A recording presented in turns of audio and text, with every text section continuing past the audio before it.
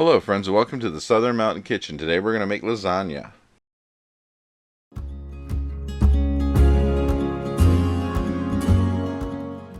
So we're going to start out with a large skillet, which we're putting at least 2 tablespoons of olive oil into, and we're going to add to this about a half of a medium onion which has been cut up a bit. We're going to break this up a little because sometimes even though you cut the onion, it doesn't always cut up really well.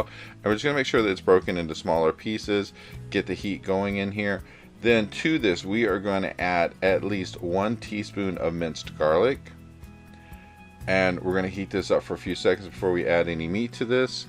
And then we are going to bring in a half of a pound of Italian sausage. And then to this, we're going to add a pound of ground beef.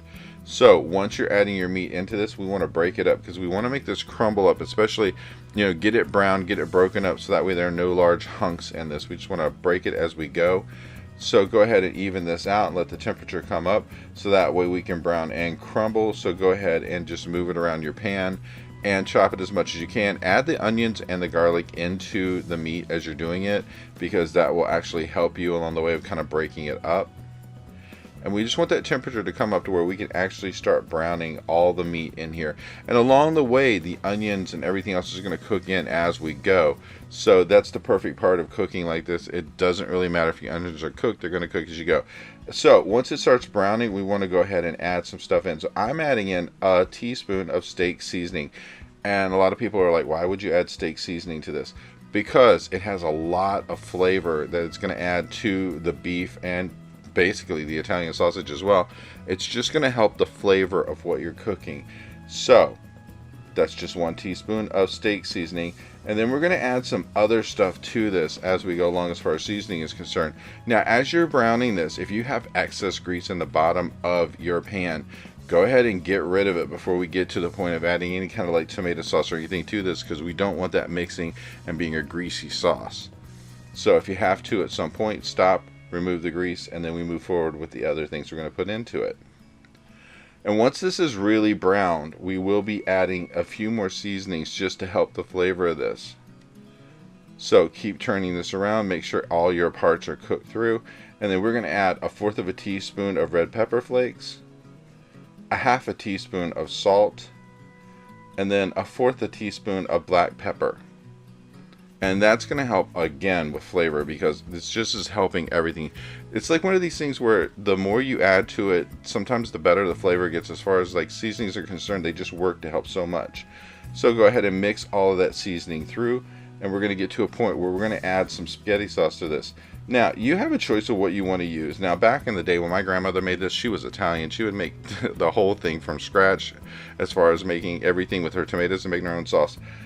Today I don't have time for that, so I'm going to actually cheat and use a sauce. And I'm using a 24-ounce kind, which basically mine is like a garlic and herb blend. That's just basically it. You just dump in the can in there, you're good to go. If you don't get it all out, add a little water to it, shake it up, pour that in, and that way we use everything that's in there. Luckily mine came out. And we're going to let this simmer for about like 3 to 4 minutes and just mix it through the beef and everything, and just get everything completely mixed together. Now once it is mixed, I'm going to do something to this. A lot of people complain every time they see me do this. I'm going to add about 1.5 teaspoons of sugar to this. And a lot of people are like, oh my god, you can't do that. Yes, you can. It actually cuts down on the acidity of the tomatoes. I actually had one person leave a comment one time saying that I used sugar to cover up the taste of my sauce because it was cheap. No, it was not cheap. You do this for other reasons. People don't sometimes understand. The whole point is it cuts down the acidity and it actually gives it a better flavor. It has nothing to do with the sauce itself. It's just going to actually just give you a better flavor. So don't believe everything you hear. We're going to go ahead and mix this up and let it cook for a couple minutes. Then we're going to set this sauce to the side because we're going to move on to actually cooking our noodles. You're going to need a large pot. You're going to need to put almost halfway full of water probably. And then we're going to decide how many noodles we need. So you're going to add a little olive oil to the water, a little bit of salt, and you can take the dry noodles, if you have your pan you're going to be baking in, and lay them in, and you know how many you need to go across? Because with mine, I could lay 3 noodles all the way across side by side, and I need at least 3 layers of them. So that means I need 9 noodles. Depending on how big your actual dish is you're going to use, it's going to depend how many noodles you need. but we're going to put them into the water once it's hot enough, and we're going to let this just cook for the directions on the packaging, which could be like 12 to 15 minutes or something like that. I don't know exactly what your packaging says. So once we get them in there, we're going to let them go the time they need to be done. And then once they're finished, we're going to bring them out and get ready to actually assemble the whole dish that we're going to be baking. So just get yours in, let them cook, and just make sure, you know, if you have to, throw in an extra noodle or so if you feel that, you know, you need them as for whatever you're cooking. Your pan that you're cooking in could be much larger than mine or much smaller. You don't know. So in the meantime, we are going to go ahead and mix up what's going to go into the inside of this as far as our cottage cheese or ricotta cheese layer. I use cottage cheese. Some people wouldn't do this, but I'm going to tell you, it has less grit than if you're using ricotta. So you can use either one, but basically you're using one whole container of this. You're going to add to it 2 eggs, and then you're going to add 1/4 cup of Parmesan cheese, and we're going to mix this all together. Either way you go on this, nobody's right, nobody's wrong. We're not trying to say that. Just use the one that you prefer to use. I think that with the cottage cheese, it's just basically a little thicker. It's a little bit of, you know, there's flavor there that's a little different, but it actually just works really well inside of a lasagna to hold up, because ricotta kind of like breaks down a little bit. But anyway, we're just going to mix this up, get it in there, and that way that will be a layer within our lasagna. The best thing about this is it's just, either way, you're going to have a great taste whatever you use. So we're going to use a very big pan here. Mine I think was like a 9x11, and we're going to go ahead and spray this with some non-stick cooking spray, because we don't want this setting up shop, because if you let it go in there without anything in the bottom, you're going to be scrubbing this out later. So we're going to put a layer of meat sauce in the very bottom of this.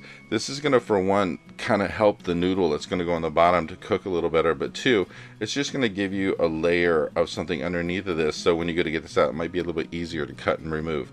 So I'm putting 3 of these across to do the whole bottom layer here of my pan. Then I'm going to bring in the cheese layer with the cottage cheese and everything else to it, and spread a whole layer of this on. Now, anytime right now, if you want to preheat your oven to 375 degrees, you could, because this is going to be in there for about 30 minutes to cook. Now, once you get in your layer of the cottage cheese or ricotta, then you're going to put a layer of the meat sauce on top of this. We're just basically going to layer until we get to the top. So here comes another layer of noodles. And once you get these in place, it's one of these like build. You can do this in any order you want. You can do it however you want to do it. And then we're going to do mozzarella cheese on top of this. Now I have an entire bag here of mozzarella, and what I'm going to do is split it to where half the bag is going to go on this layer. Break it up as you get any clumps in this, and then the rest of it's going to go on top of it at the very end. Then we're going to bring in another layer of the meat sauce, and just add this across until we do a really even layer across the whole thing. Now you should have enough meat sauce left after doing this to go for another layer on top. So go ahead, add another layer of noodles, and this is basically all of the noodles I cooked. And then we're going to do a layer of meat sauce on top, and we're going to try and cover this from side to side, because if the more you cover the top of this, the less chance there is you're going to get those really hard edges on the noodles. They're still going to happen at the ends, but at least it won't be completely across the top. And once this is completely in place, we're going to bring in the mozzarella and finish this off and go from side to side, top to bottom, the whole thing with cheese to give it a protective coating on the outside of it as well. Now, like I said, 375 degrees in the oven for 30 minutes at least, because what we're trying to do is melt our cheese, warm up everything inside, get it nice, hot, and bubbly, and let it cook through whatever needs to be cooked. And when it's done, it looks something like this. And I gotta tell you, this is something amazing to make. It's easy to make. This isn't the old school, you have to make everything from scratch. And when I was done, I served mine with some bread, and this was just an amazing meal. And I think if you try this, you just might like it. I hope you liked this video, and if you did, please like and subscribe. And if you get a chance, check out the Southern Mountain Kitchen website, where you can get a free recipe, check out the cookbooks available from the Southern Mountain Kitchen, and if you'd like to, you could order a cookbook at a discounted price, cheaper than Amazon, with shipping that is also cheaper than Amazon. So if you get a chance, check it out, and I hope you have a great day.